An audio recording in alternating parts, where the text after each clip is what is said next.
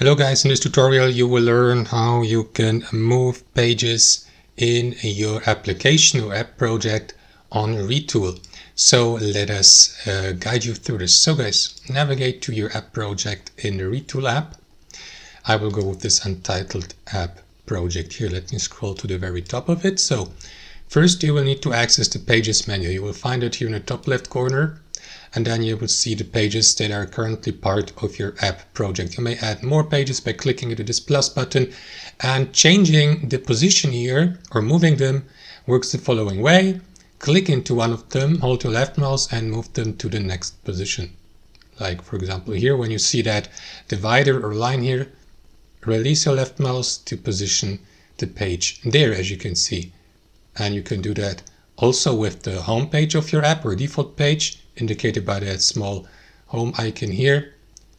Let me move it back to this position. That's how it works, guys. Thanks for watching, and I'll see you next time.